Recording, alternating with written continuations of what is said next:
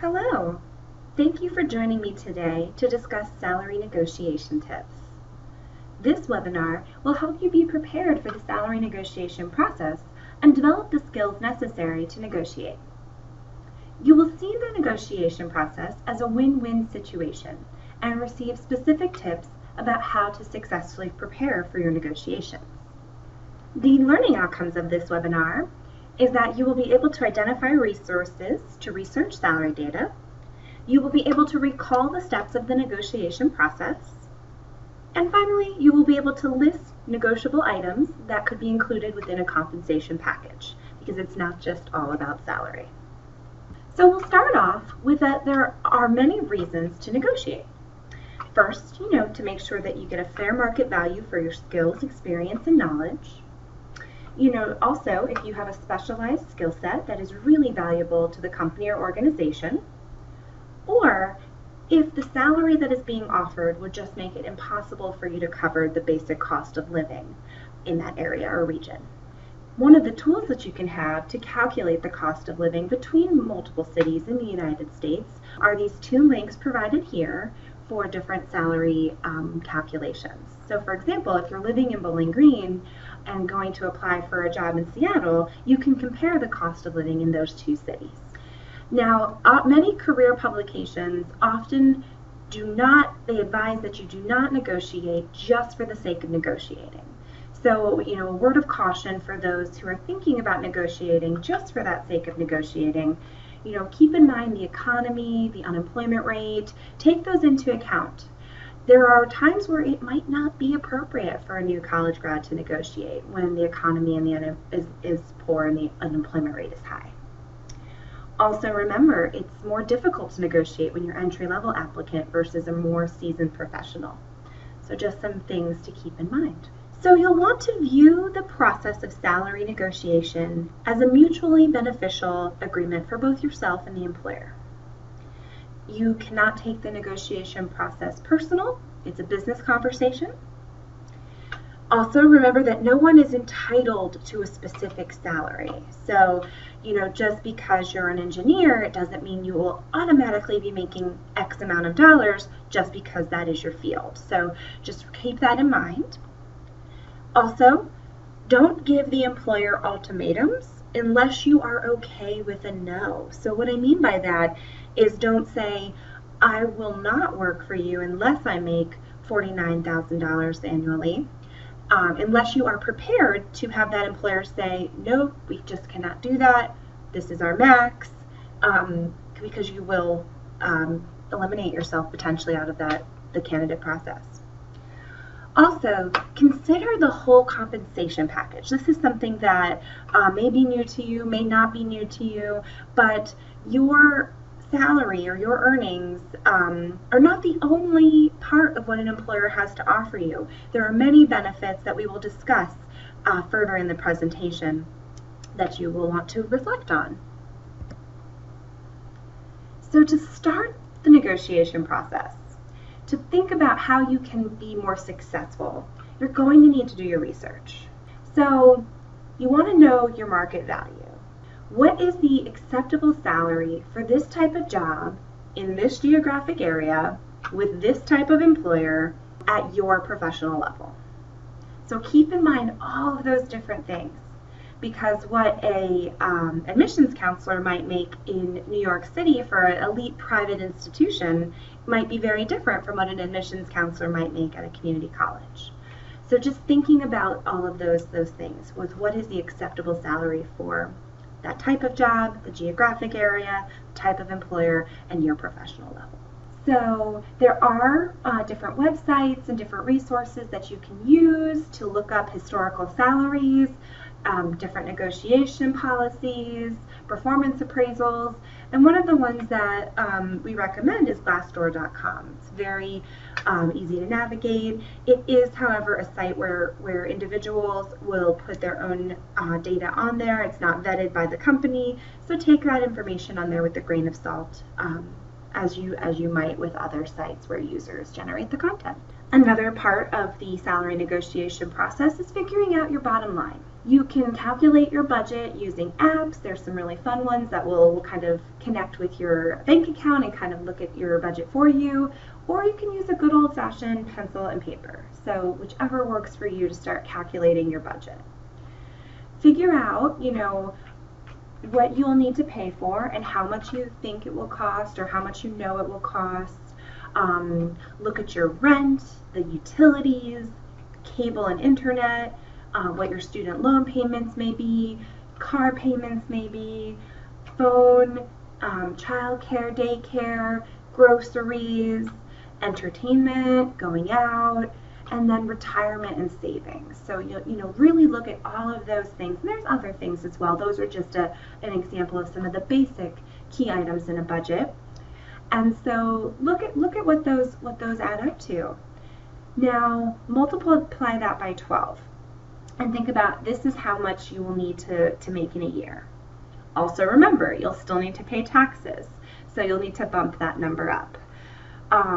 So kind of get to your bottom line. Create that realistic budget of what you're going to need to live. Thinking about, again, the area that you're looking to live in. New York City has very different rent prices than Northwest Ohio. So again, just kind of use those cost of living calculators to help you get that bottom line. Do not bring up salary first. You will have the most leverage if the employer makes the offer. However, sometimes that just doesn't happen. The employer may ask you in an interview or on the spot at any point of the interview process, what salary are you looking for? So if you're able to, you may ask to hold off on discussing until you learn more about the position, but sometimes they still may push. We really need your range. We really need to know what you're looking for. So offer a range instead of a number. Remember, employers may look at your lower end of your range, so make sure that the low end is as high as you are comfortable with. Typically, the range is somewhere around $3,000 to $5,000. So for example, you might give a range, I'm looking to make between 45 to 50K. Where it would not be appropriate to say, I'm looking to make somewhere between 30 and 80K. So, keep your range. I know that was a very extreme example. Keep your range between $3,000 to $5,000. And if you are able to convince the employer to push out discussing salary later, set that agreed upon time and follow up at what you had stated you would do. So if you said, please give me another week before I, after I've learned more about the position, to give you the salary range, make sure you follow up in that week's time or whatever you have agreed upon. One of the things I'm a firm believer in is having a script or having a sample initial response. If you've never been through the salary negotiation process before, just having the words to say when made an offer can help you feel more comfortable and confident. So we've provided, this is something that you might respond in an email when made an offer and given a salary number.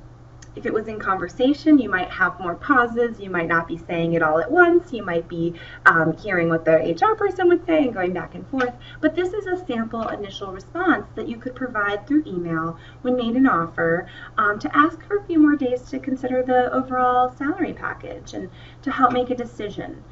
Getting that date out there, in the sample text we say Friday, to help make sure that the timeline in which you can get back to the employer works for their schedule. This is a great sample initial response. Sometimes there are items outside of salary to consider when evaluating an offer. Start taking everything into account while making this evaluation. We're going to look at a few slides now that have different pieces that you can consider in evaluating an offer.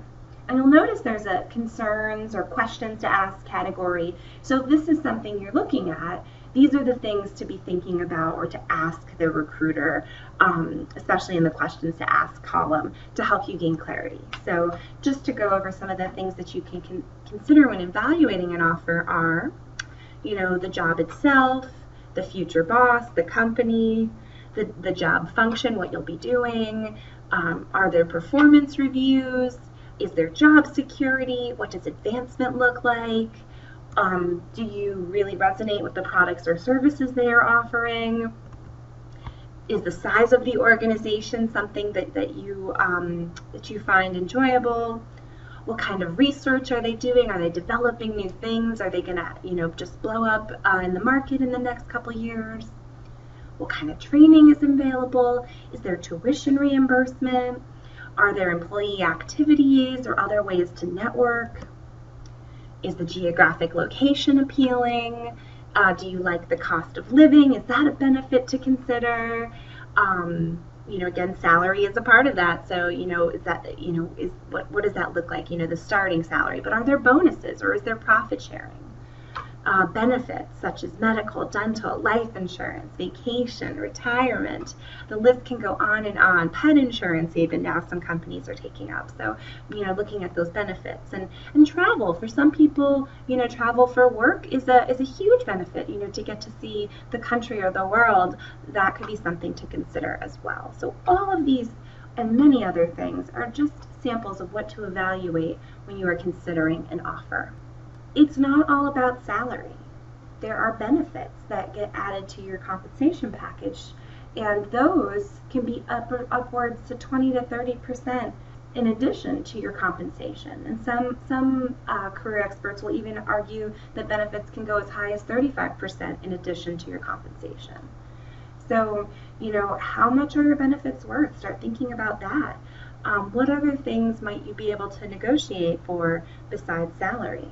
To answer that question, here are some other items. Now, this will all depend on your industry and on different standards that that company has.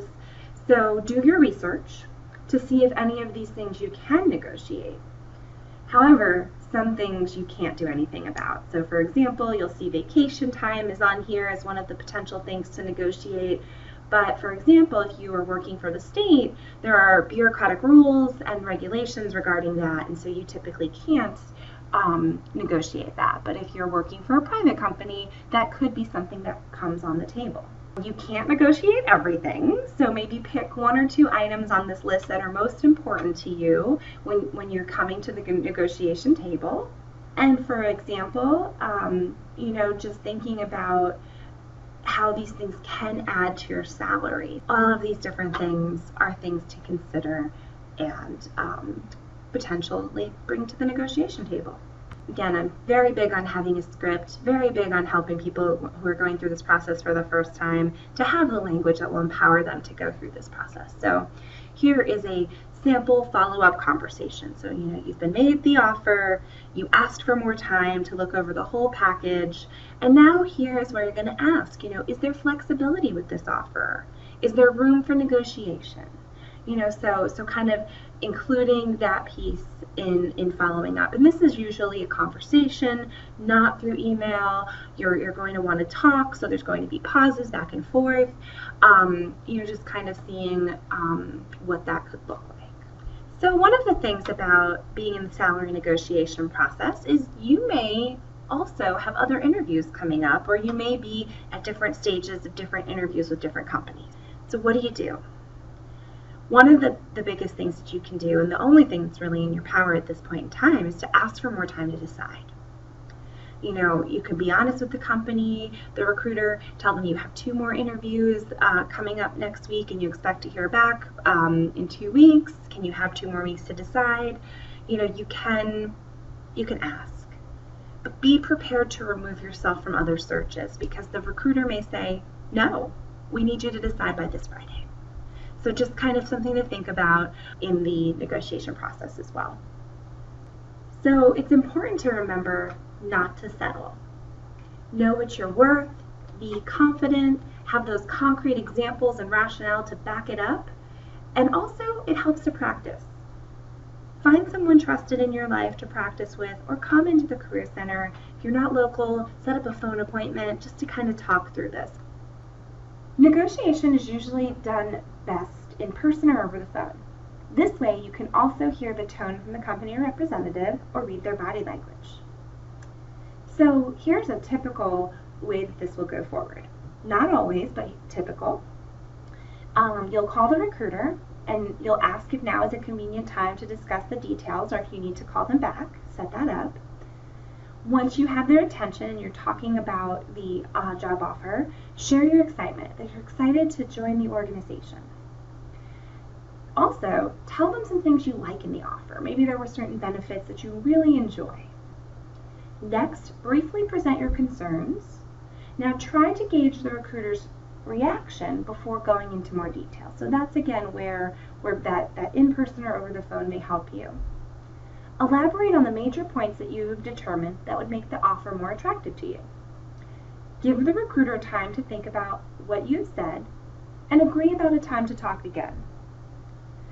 Reiterate your interest in the organization and make sure to thank the recruiter for his or her time. Here are some tips, because this is not an easy process, especially if you're new to this process. If you're shot down, don't show disappointment. You can always follow up with different questions. You can ask about, what are the performance evaluations? How are they linked to salary increase in the future? Don't show disappointment. Be okay with silence. Oftentimes the recruiter may have to think, okay, this person is asking for 3 extra vacation days. Can I do that for this level that they're coming in at? They may also be trying to just, scare you into backing down. So be okay with silence. Be bold and confident. There is a difference between that and arrogance. So, just kind of having that confidence in what you've researched and being bold in what you're asking for. But try not to sound too arrogant. Do not think of this conversation as a fight. It again is something where you're trying to get win-win for both you and the employer. And end that conversation on a friendly note, regardless of how it goes. So you don't want to burn any bridges in this process.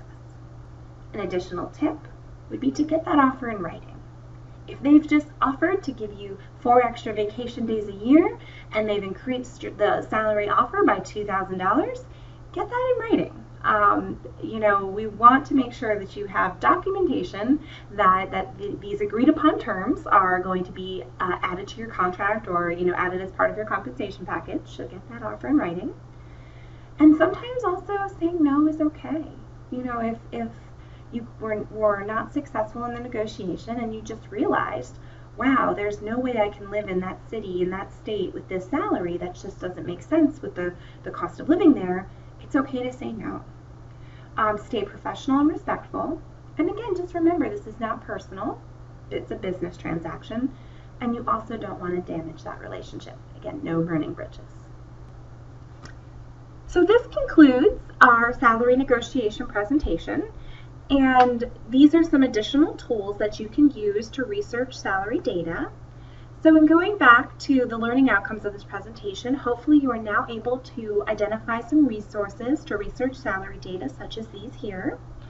You understand a little bit more about the steps in the salary negotiation process, and you can identify items that are not necessarily salary that could be included in your compensation package, such as tuition reimbursement, stock options, legal services, sign-on bonuses, and holidays, vacation days, things of that nature. So hopefully this has been a very useful presentation for you. And going on to that, if you'd like to continue engaging with the Career Center, here are our social media resources, so please connect with us. And we thank you for attending today's webinar. And if you have any other questions, please feel free to give the Career Center a call at 419-372-2356 or email us at careerservices@bgsu.edu. Thank you.